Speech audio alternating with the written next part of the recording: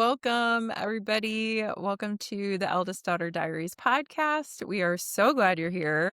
If you've been here before, thank you for coming back. If this is your first time meeting us, this is Kenecia and Krystal.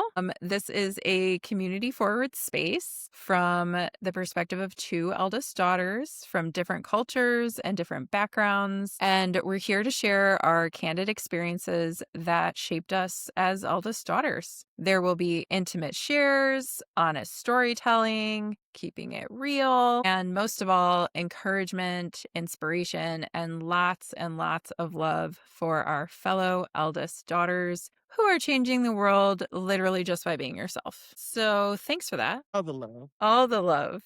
Today's topic is women in tech. Me and Krystal have both been in tech. I'm still in tech. She's been in and out.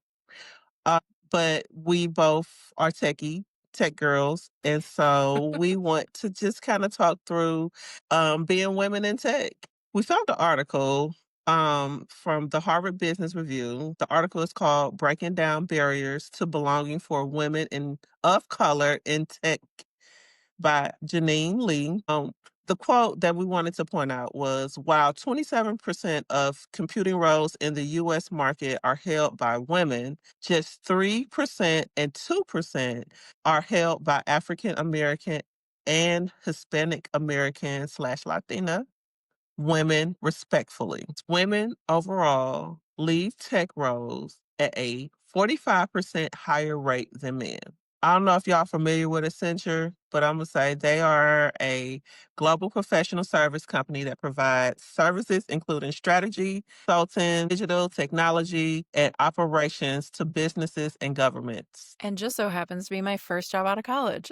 I was waiting for you to say something because I just found this out. So I'm like, I wanna get the deep. So we just gonna get right into it, right? Yep. Tell me something Yeah. about it. Come So, on, girl. yeah, let's give like a bit of context for what our tech careers have been like. So, I started at Accenture in their systems integration and technology side of consulting. I came in at the entry level, I did so many different projects in the year and a half that I was there before I got laid off with the recession that happened in 2008, got laid off in 2009. So I wasn't there very long, but I got a really wide reaching experience.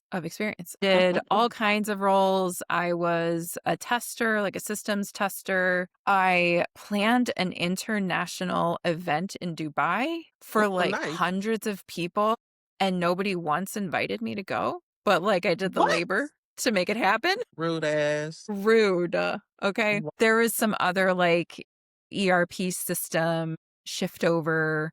ERP, for anybody listening, is basically like a system. It's a company-wide system that runs all of their logistics, to say it very plainly. It does a lot of things. But yeah, we did like system like go lives over the weekends at different points. So I got a lot of good experience. I did meet some great people. I got to travel all over the Midwest for that job. I was gone Yes. 4 days a week, came back to the home office on Friday, and then it looped again for that year and a half that I was with Accenture. And then I, needed a job in 2009. I can't remember the connection, but I ended up working for a local headquarters of a tire distribution company called Dealer Tire. And you know what was so satisfying? I went into a business analyst role. And unlike my time at Accenture, where I came in at very narrow windows of projects, and then they pulled me out and put me on another project to go kind of do the legwork, minion work. Yeah. What was so refreshing when I got to Dealer Tire is that I was 24 years old, 25 years old, and they were Wow. empowering me to be the project manager of these entire projects from start to finish. And I kind of Nice. couldn't believe it. I I kinda bet. couldn't believe that they were empowering me to do this stuff, especially because, like, I didn't get a lot of exposure to really the beginning, everything from, like, requests for proposals, RFIs, like, requests for intent from these different vendors, the whole vendor selection process, and then the system setup of, the structure of the project, and then talking to different stakeholders and different areas of the business. The cool thing I liked about being a business analyst and then later a senior business analyst is that I learned to be a translator between the super, super techie coders and web folks that handled the Mhm. front end of the business and then translated that for what it meant for the business people, the more functional side of the businesses, the accounting and the supply chain and, all those areas. And then back and forth, back and forth, back and forth. That was my job. Nice. And to manage the projects too. So I really loved my time there. My team was incredible. The boss that I had that entire time there, I was there almost, I think it was almost 7 years, something like that, 7 or 8 Mhm. years. Absolutely loved it. I had plenty of room to grow. And I just loved the leadership. There were women, which was unheard of at the time, that were like directors and team leads. And I just loved the chance to commune with them and learn from them. It was a great experience. Love that. So that was like my corporate side of my tech experience. Once I became an entrepreneur, I led with life coaching. That's really what I wanted to be doing. But what I ended up finding along the way is that a lot of very creative entrepreneurs were terrible at systems. Go figure. And they kept saying like, God, I can't figure out this like sales process or this, email management campaign or, how to streamline my customer intake process. And I would just be like, I can do that. I can do that. So that was my entry into being a virtual assistant for these online businesses. And then eventually I became an online business manager. And that's what I've been doing the last, like, I think it's 5 years at this point, consistently Okay. in helping folks manage the behind the scenes of their entrepreneurial businesses. Usually they're like service based, heart led businesses creating some kind of change in the world. That's the part that really lights me up. Mhm. So that's how the whole foundation in tech, which by the way, when I graduated college, I did not graduate with a job. I had no idea what the heck to do.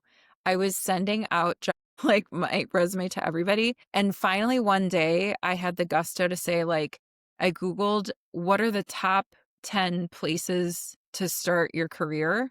And I started applying to them, and Accenture was one of them. And somehow it worked out to get in there.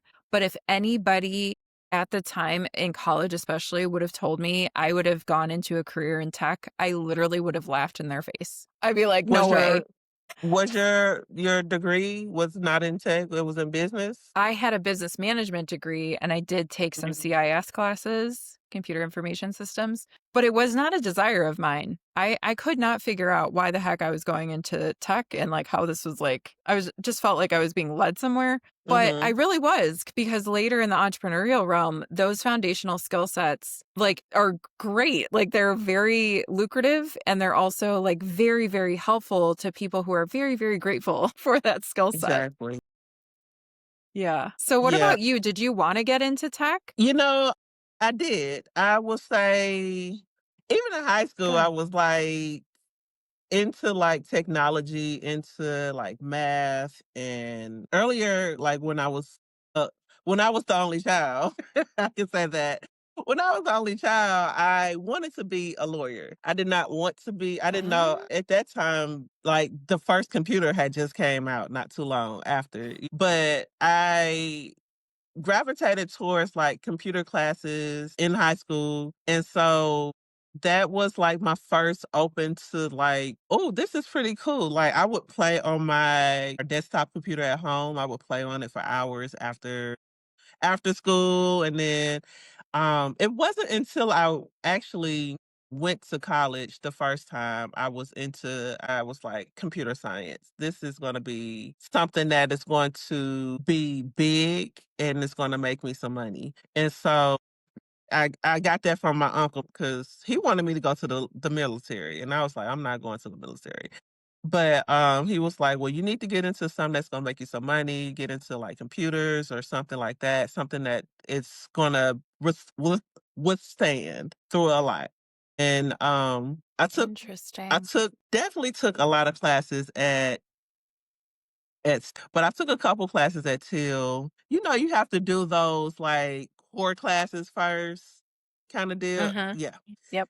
I didn't like I mean, you know, it was what it was. But when I actually went to Alabama State and got into my classes, I was very into them. I learned C and C# first, and then we kind of got into like some Java. I think my time with my classes kind of overlapped with me working, so it may have seemed Huh. like I wasn't really into the classes or I would miss class. But baby, I had to survive. I literally was taking care of myself, literally working and putting myself through school. Well, I remember my senior year had these companies come, you know, they have like the career fairs and stuff come. And this one company, Total System, came and they had the spread. They had food that, you know, was like really inviting, talking to different people, different students. I was there talking to different people there and just trying to get a feel of it. It's like, yeah,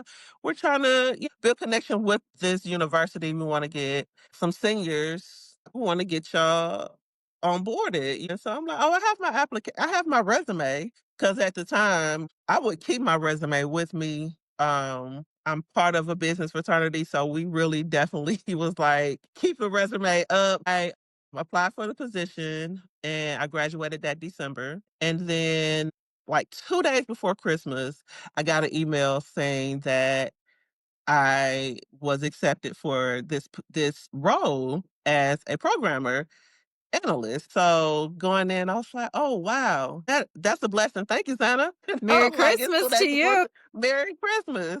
And so, after the holidays, I drove down, we got situated, and the company basically were hiring on college students, people graduating right out of college to build a new area for a bank that they were going to load to their system. So we had was it 90? It may have been snow. It was like a 6-month training where we were in rooms learning like the technology. Yeah, we're learning how Wow. they manage things we're talking not just programmers, we're talking business analysts, we're talking testers, QA testers, we're talking programmers. All of us were all in a room learning how they do things. And so they weren't using C# or C++. They were or Java at the time. They were using mainframe. And for my techies, Ah. if y'all know what mainframe is, but for those who don't know what mainframe is a older technology. Sure. A lot of banks use COBOL and mainframe technology because of the data and the speed of their processing. They can get like millions of data processed in seconds. And so, um, in saying that, I had to learn this system in 6 months, along with XML. Like I was learning like 3 languages in one because with COBOL, you got the Wow. programming, but you have like job control language, which is JCL. You have to learn how the jobs process things. And that is what actually runs the programs. And so this is like as much as I got into explaining it because, a lot of people don't sit and ask. I'm Sure. trying not It's to really, I mean, nerd but out. it's no, but Yeah, I mean, this is the conversation to nerd out. Thank you very yeah, much. yeah.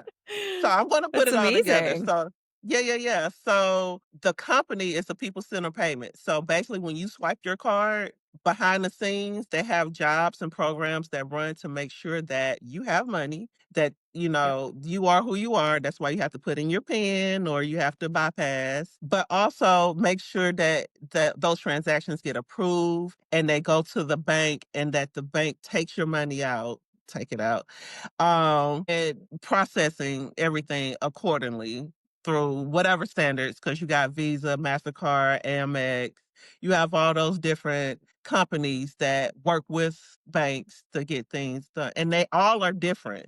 Everybody has their own Mhm. different ways of doing things. And so I was at the company almost 10 years. And during that time, I ran into a lot of like learning who I am, being in corporate as a Black woman. I'm overall grateful that I started my career at TSIS. I think it gave me a lot of leveling of things, but as a Black woman in tech and the Black women in tech understand where I'm coming from, it has been very difficult. This quote from the article of women overall leave tech roles at 45% higher rates than men. I can understand why. And even this year, 300,000 Black women have lost their jobs due to things that are occurring. But you don't see a lot of Black women in tech.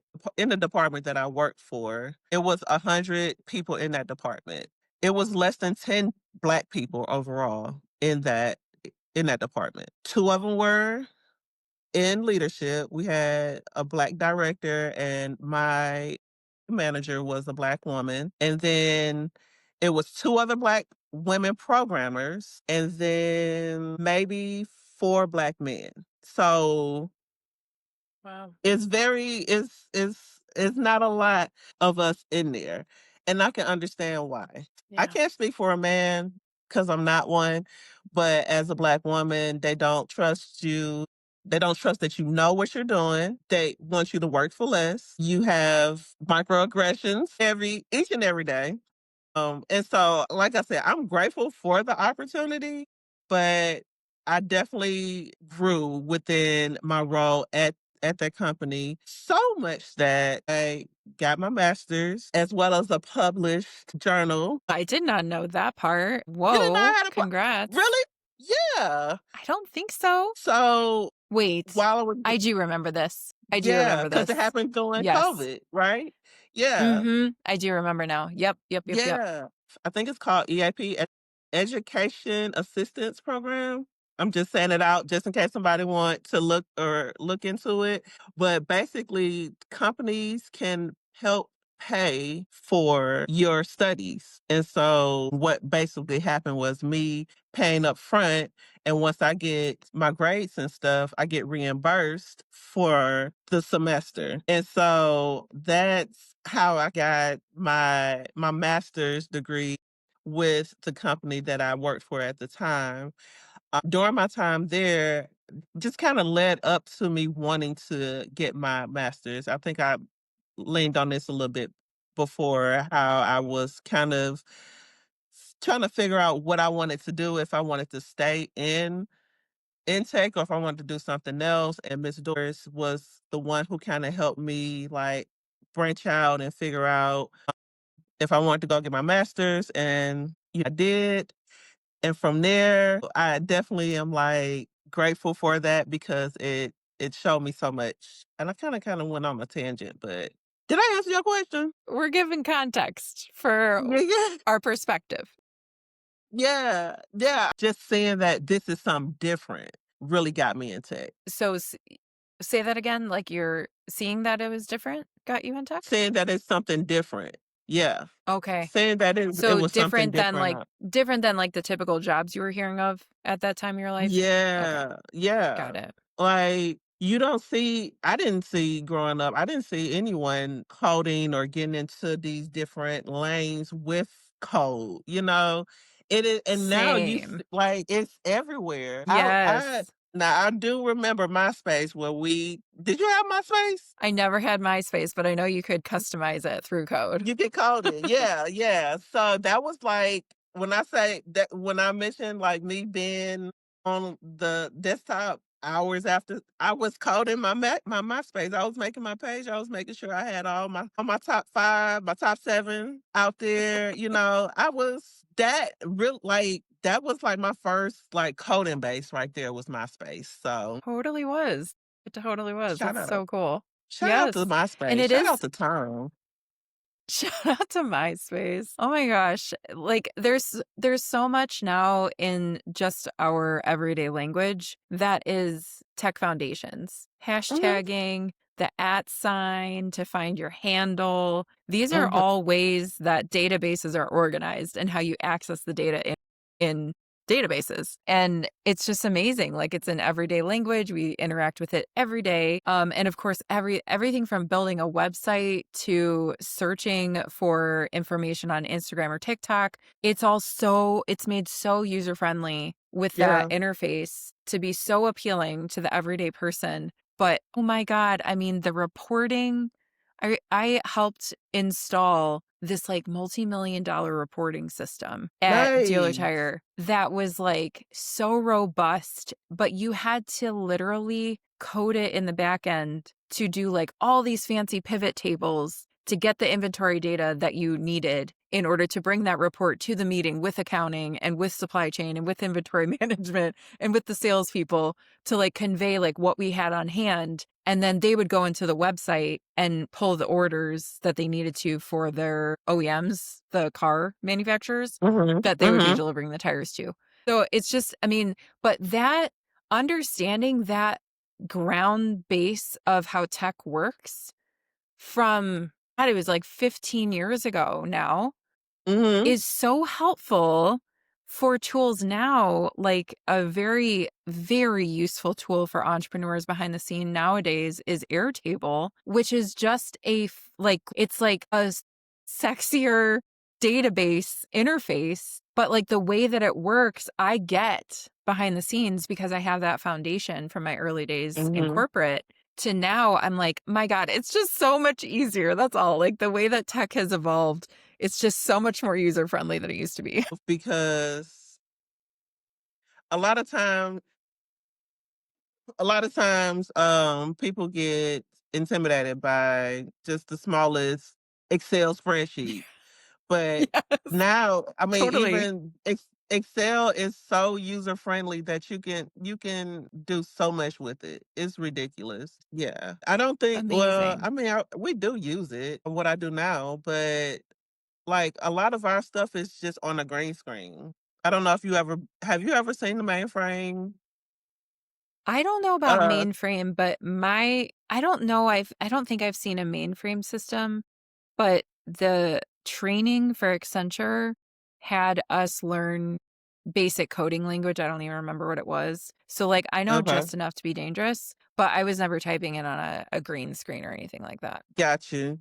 Well, I say the green screen because that's what so there's the application that you can code and do all the stuff for the mainframe system. But in modernizing the mainframe, remember this is like in the 70s. Like this is old age code system. People are modernizing that you can use it within like what is it, Visual Studio? You can use Mhm. it within ZOS. It's just a lot of people like to use that more than the mainframe system because it looks, like you said, sexier. It looks cooler. It's more appealing to the eye than you looking at a It black is. screen with these different colored things. I like the green screen. Yeah, it's really cool. I mean, it's cool that we've been in tech long enough to see these changes, and evolutions. Exactly. Yeah, So I exactly. And go ahead. Go ahead. I have a question for you, but finish your thought. You go ahead. What's the question? You're good. Okay. Okay. So, question for you. How do you think being an eldest daughter informed or prepared your career in tech? How do I think being the eldest daughter I would say it informed me because we're always so adventurous. I think eldest daughters can be really adventurous sometimes. And with technology, not only like especially what I'm working with, you have to know how to maneuver through not only code, but maneuver through like meetings and getting your work done. Being a programmer, you have to know how to think outside the box. You have to know Mm, what the person is kind of thinking or wanting to think when you're creating these systems and scenarios. that you're gonna build. I think that really kinda helped me, like, the curiosity of it all really helped me navigate and explore through, like, "Oh, yeah, that's how you do that. Okay, this is what to look for." Having those moments to where I want to, um, give up.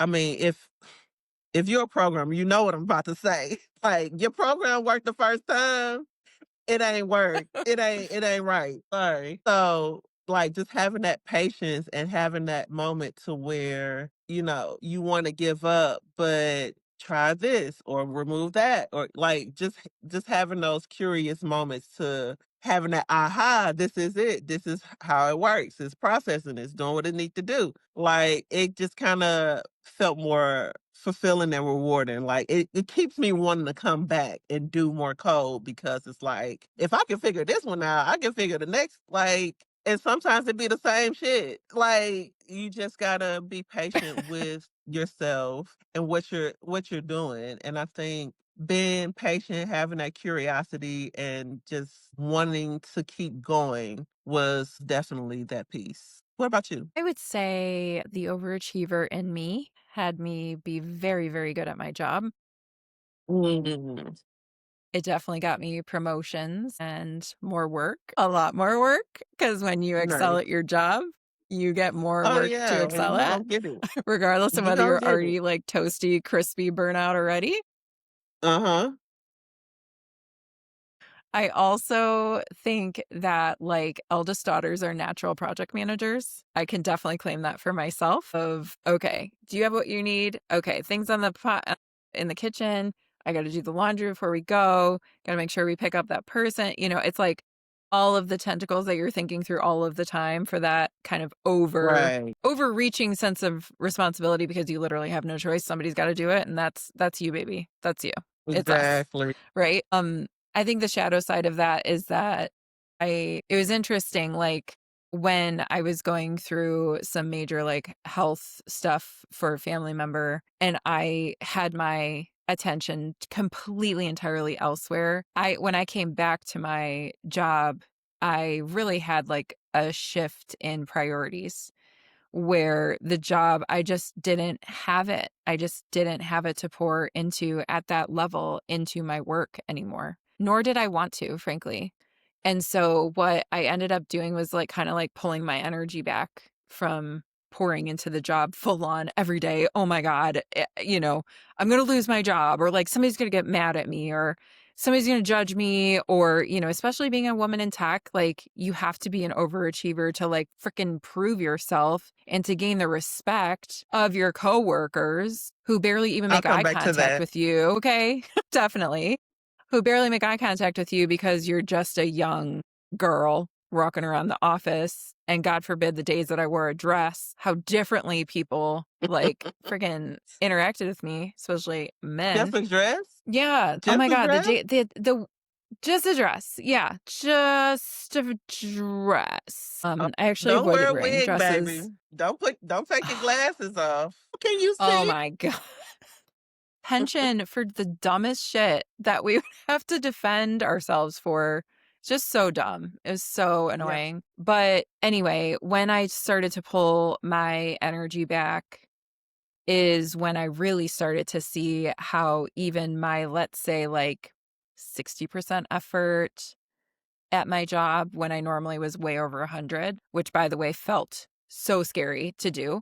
But like my 60% effort was still outperforming most people's everyday mode. And I'm just like, oh, honey, I Hmm. just don't think that this is Hmm. where, like, none of it made sense. And Yeah. I learned a lot from actually that experience of like, okay, maybe there's other areas of my life that I can pour all of this like freaking magician energy into.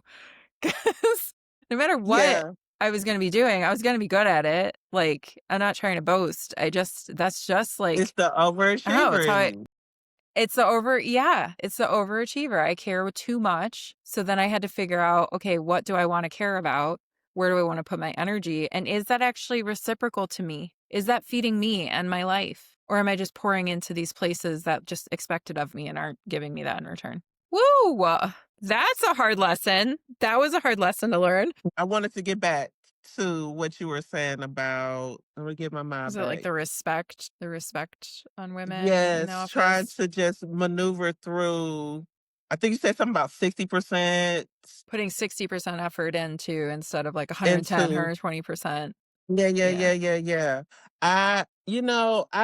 I've always been a big, like, big on working and big on um doing my shit and getting stuff together. And I think being in tech, especially in the role that I was at, like, I had a lot of growing pains with that because I was the Black woman on the team. Again, we're young, just coming out of college. We don't know much. But over time it kind of just gradually got worse with things until it got better. And I'll just say, like, the worst was me being a PA2 for like 4 or 5 years.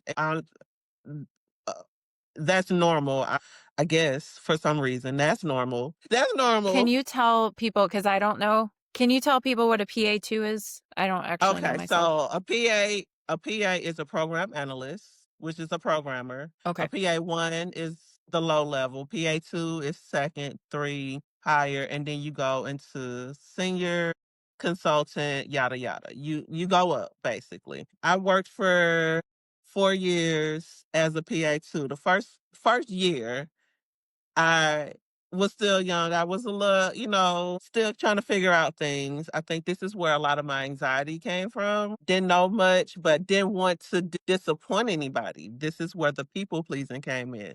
I was taking all these Yeah. little projects, doing this, keeping them up to date, getting the meetings, going above and beyond to me. I said we had a class of people that came in together, right? From that department, it was like from the class, it was at least 15 of us that came to that department. And we kind of staggered getting promoted and stuff, but it got Okay. to where somebody got promoted, got more than one promotion before I could even get my first promotion. Yeah, Excuse me? Why was that going on? I'll say nepotism. But when I asked my manager at the time, I wasn't taking on big projects. I wasn't taking Hmm. on big projects. And so that was the thing. Okay, well, give me the big projects. Right. No Where big the big projects came projects gonna down my come way. from. Right. Right. Yeah. Like, so again, that's what I'm saying. Like, you're not trusting that I can perform, right? If you Hmm. saying that you don't have no big projects, but you're not giving me any big projects, how can we make this happen? Okay. So during my second to third year, I worked on a team of 4 women. It was 4 of us. It was 2 business analysts and 2 programmers. The other program, she was a senior lady. She left, and so I'm like, okay, are we gonna get somebody else on the team, or are y'all gonna move me up? What's gonna happen? And it took them a year and a half to hire someone. So I was the only programmer on the team for a year and a half. Oh my God. Yeah. Woo! I'm And tired for so you. in that time, not only did I have big projects, but I was doing projects on my own. We shifted, when I say shifted, life cycle. So you know what I mean. Like, we weren't doing waterfall life cycle. We were going into agile. We were kind of learning the coops of that. But also, I'm still like, y'all still promoting people, and I'm still here. Like, I'm doing projects. I'm the SME for not only the security fraud program. I got your triad system. I'm a SME on that. I got people calling me, asking me how to work it. But there's no big projects. There's no ability for me to move up. So when you say like you got promotions and stuff, I was like, that must feel good. I only got 3 Okay, but promotions I only in got the in 9 promotion? years. I was like, Oh must my feel good. gosh. But Well, in that. yeah, I didn't get that many either, but I see your point entirely. Yeah, yeah, 100%. yeah, yeah. Yeah, I didn't even really wanna bring it up because it really hurt me to where I guess this is the shadow part. I kinda lost confidence in myself. Like, I just started guessing myself not only at work, but in life. Like, am I supposed to be Yeah. doing these things? You know, and that's why I say Miss Doris kinda helped me through that because not only did I have work stuff to worry about, I'm still maneuvering through life trying to figure out where I am with like staying down in Alabama by myself, even though I had family and stuff there. I'm still working through this relationship with my father that I wanted to kind of make stronger. And, I also was trying to date. It's just a lot maneuvering. It definitely broke my confidence in who I was and what I wanted to do. It's like, do I really want to be a programmer? Do I want to do this? Is there something else that I can really do? And the more I thought about, like, well, I love computers. I love working. I love building things. Let's go get our masters. If they're Mm. not going to give you a promotion, let them pay for your schooling and do it that way. When I tell you doing that program, because it was a 3-year program, it was a 2-year program, but stuff happened at the end. I learned so much more about just like coding and how like where I wanted to be and how I wanted to do things.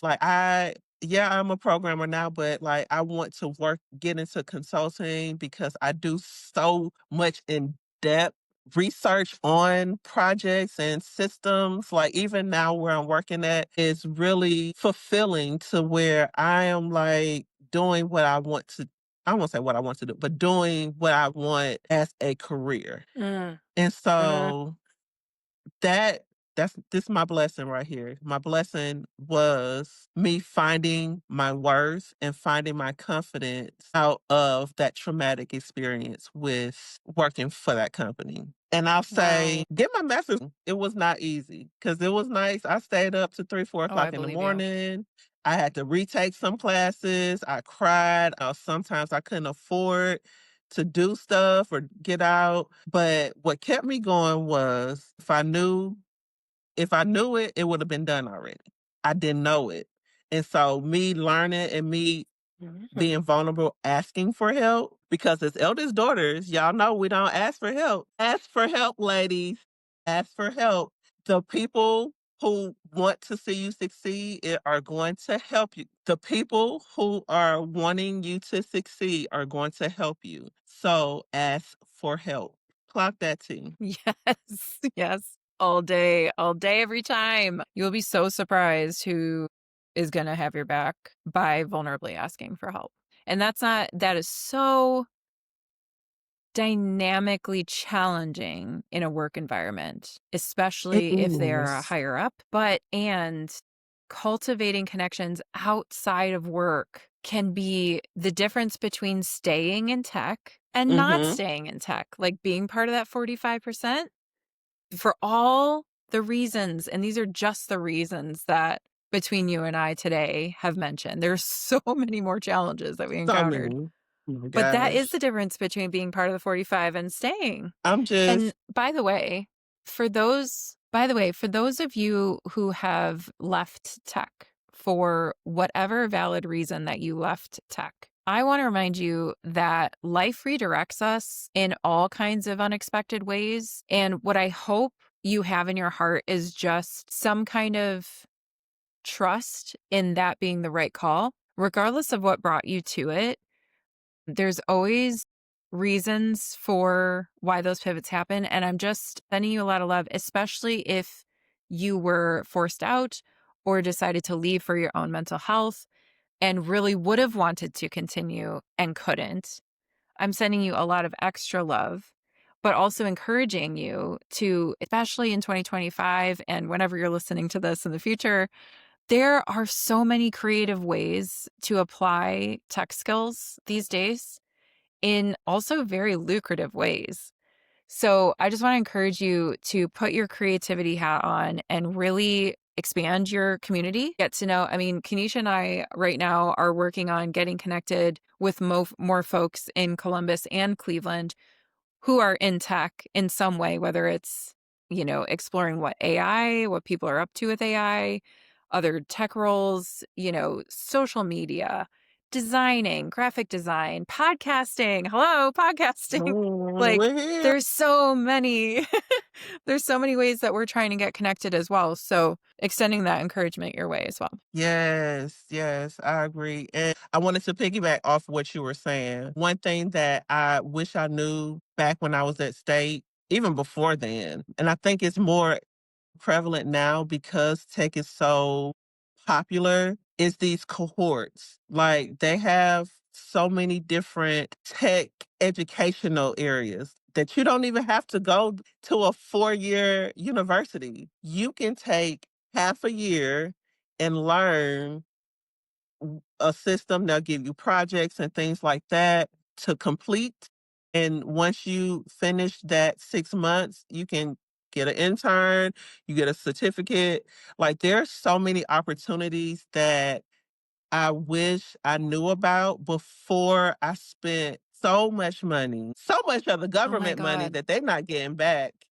Cause I'm not paying them student loans, and I'm saying that loud. It's amazing, and I've been like trying to get my cousin, cause he's into tech too. I'm getting him to understand, like, look, if you want to get into tech, start looking at these programs online that you can do 6, 7 months. You can work and you can do this on your time off and get your certificate, build that resume, and overall, possibly, hopefully, get you a job. Absolutely. It's so many opportunities. So So many. many. And So let's not also discount, keep on your radar, libraries. I yeah. love our library system locally here. My God, it is just a plentitude. Libraries are such a blessing, top to bottom, sideways, any way you look at it. Protect our libraries and go use them. Mhm. YouTube University, honey. I have learned so much in my later career. YouTube University. There's so many generous people out there teaching you all kinds of stuff. And a lot of the tech platforms that I use to support entrepreneurs all have their own databases of community support and videos, plethora, YouTube, emails, like all kinds of stuff. And I know Google as well, I can't remember what it's called, but they have a whole central space of learning different tools for free. So the internet, God bless the internet. There's so much out there. And most of all, get connected in person or Mhm. digitally with like-minded, like-focused people. Yeah. De- Definitely being in tech groups, like Facebook groups, or what is it? Slack. I think it's called, yeah, Slack. Being in those groups and just learning from other people. Like, don't be afraid to learn from other people, because a lot of times when I'm learning from somebody, I'm trying to figure out the tricks and the trade that they know. Yeah, I think absolutely. yeah, I think having those resources or being resourceful will help you in the tech field as well. If you're trying to get there or Every if you time. want to get back, not, Yep, every time. So Mhm. that actually brings me to a final question I want to ask you of you like seeking out people that might have a little more experience than you in different areas that you're wanting to expand into. But do you yourself see yourself as a leader as well? I do. Yeah, I definitely see myself as someone who is a leader. I'm a Leo, so we're natural born leaders. Yep, truth. But when when I think of a leader, I think of someone who is not just bossing somebody around. There's a difference between a boss and a leader. I'm putting this here so we can like do a little boss and a leader. A boss is definitely going to be the person to let you know you need to get this done by this time or whatever. A leader is somebody who is going to put in that effort to make sure you need the resources that you can get, that you have the capacity. And even if you don't have that capacity, I'm using tech words. Look at me. Even if you don't have the capacity, they are there to find the capacity for you, either finding someone else to assist with you or them stepping in and assisting with you as well. And so I definitely see myself as a leader, someone who looks at like the aspects of things and personalities when dealing with a group of people. You have to really look at those personalities and see what fits with what, because everybody don't work well with each other. But I definitely see myself as a leader. What about you? I do. Yes. I see Okay. myself as a leader, especially I think anytime an eldest daughter is forging a new path for herself and therefore innately for her family and community, honey, you have been leading since you were born. Yeah, we I have. know I have, even in the ways that I didn't want to be, Mm-hmm. but when it comes to a career, which some days I care about, some days I don't. I'm going to be so Mm-hmm. honest. Mm-hmm. But when it comes down to it, the ways that I spend my waking hours, personally need them to connect to something more.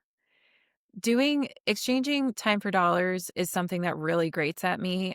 I loathe the 9 to 5 system. I think it's archaic. It's been archaic since the 1930s. It was built for machines, not for humans. And I don't think that the work systems are set up to consider our health, our wellness, literally at all. It was never a part of its inception and how it's continuing to consider the humanity of the people working inside of them. I think Right. leaders bring that. I don't think the systems innately do that. No. So when it comes down to it for me, I need to connect to the heart of something. There needs to be some mission behind it, some change. And I'm talking real change in people's lives, whether it's how they think about themselves or what they consider that they can bring to their communities, thought leadership, creativity, art. I mean, tech has such a huge potential to change lives. Um, so leadership for me is really centered in embodiment. Like, can we be in our bodies while we do good work in the world? Is the environment supportive of that? And also just like soul work. Leadership for me, like I want it to connect on a soul level. And I think this is one of the reasons why I don't work in corporate anymore, because I just couldn't figure out how to merge all of these, very deep desires into corporate world. I'm sure it exists out there. It has not lined up for me to join in. So I've had to get really creative about, finding income to support myself, but also doing really great work and finding that alignment with people that I really jive with on a core value level, which I am just going to say for all of us. Well, okay, I'll say for myself. That is getting increasingly more difficult to do in the times that we are in. It is. So it really but I cannot let core value misalignment. And I think this is where my everyday leadership really shines, is kind of stubbornly and sometimes too stubbornly, but making sure that my core values align with the people that I'm spending time with, whether it's for work, personal, or beyond. And what that builds together, what becomes possible together, is so much more ease in doing the work that we're there to do together. So I would say, I mean, that's my long way of saying, yes, I definitely see myself as a leader. And the reason I asked that question is because, especially in my mentorship work, it would come up a lot that I would recognize my clients as the natural leaders they are, and they would deny it. They wouldn't ever see themselves as leaders. Mm, And I am so confused by that, because, like, I can see so clearly how just the way they live and breathe and live their lives, they're natural leaders. People look to them and yeah. they're inspiring a lot of people on the way.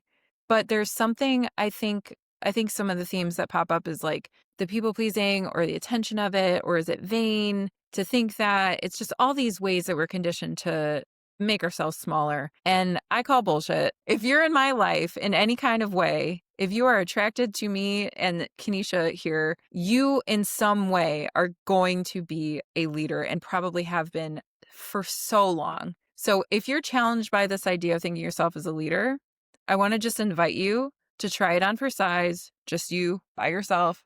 Nobody else has to know. And just say to yourself, yeah, they're right. I'm a leader. Just try it on. Yeah, I'm a leader. Yeah, leader. That slight identity shift can be so incredibly powerful to open up new avenues in your life. I agree for sure. And if you have a idea or a business or entrepreneur mindset, you are a leader. Yes. My God, yes. You're leading something, and that's your thoughts. Come on now. Yeah, Let's not put too much effort into this. Yeah. you're building Yeah. something that has never existed before Yeah. because you're doing it. It's Exactly. amazing. It don't take much. Look at what we got in the White House. You think that's leadership? Come on now. It don't take Right. much. You Ooh. are a leader. You Yeah. Whatever. yeah. I was gonna say you are doing what you are leading the way for something extraordinary, and we are giving you that opportunity to continue. Lead us. Thank you. We believe in you. We believe in you. We're here with you and we're all figuring it out together. Nobody said we had to know what to do going into it. But look how, I mean, just hearing, Kenecia, hearing more about your ins and outs of what grew you in your career, the things you have overcome, the things you've risen above and went and got freaking master's degree as a, a way to carve a path for yourself, like that takes Yeah. so much courage and so much badassery and so much dedication and consistency and discipline and you did that. I'm so proud of Yes. you. Thank you. Thank you. I appreciate that, friend.